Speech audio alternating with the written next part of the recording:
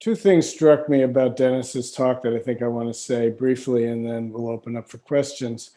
The first one was, I think the word Dennis used was complementary. What complementary practices or auxiliary practices many of us may have to our Zen practice. And I think maybe in an ordinary way of looking at things, Dennis's point is very clear. There's Zen practice, and then maybe I do yoga, or I do writing, or I do teaching, or I do improv. And we think of those as auxiliary or complementary things that we do to add to our practice.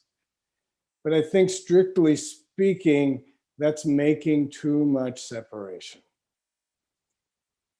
With our Zen practice as an anchor, there is nothing left out of Zen practice. Nothing. So if you just say, I have this complementary practice, but going into the bathroom is not a complementary practice, then I think in a strange way, you're making a mistake. Because that would mean that each time you go into the bathroom, you're not practicing.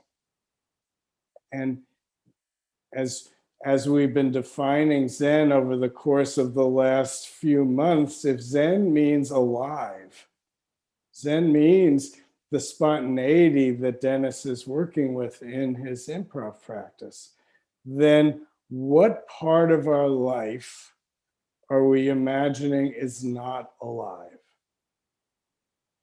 And if there is, and there probably are areas of practice for all of us, or areas of our life that feel kind of deadened, then bring your practice right there. One of the earliest teachers I practiced with was a Japanese Zen master named Soen Roshi.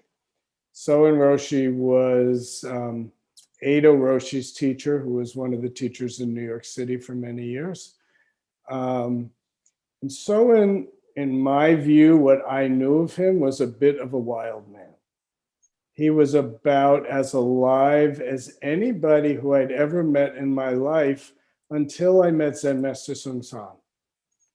And then it's not that one was more alive than the other, but they both had this quality of presence and expression in the moment that I came to see as the fruit of Zen practice.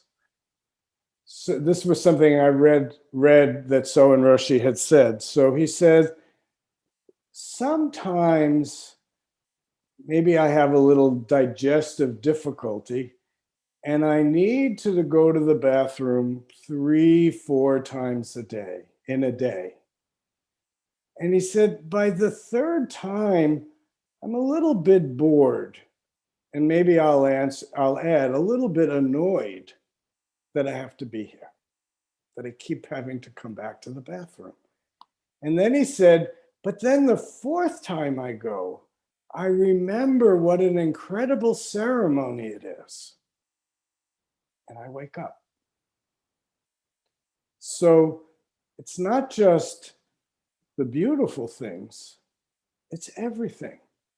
To use Soen Roshi's language, everything is a ceremony. And the whole point of ceremony in the Zen tradition is not so much to be right, but it's to be alive and to be present and to fully experience just this moment. A ceremony is a little bit like art. It's everyday life with a frame around it. And when we put a frame around something, we begin to notice it with more detail. We look at it more closely. Without the frame, everything kind of blurs into everything else. But the frame allows us to see more clearly. And ceremony is like that. And Soen was pointing to the fact that sometimes we fall asleep, but in the next moment, we can wake up again.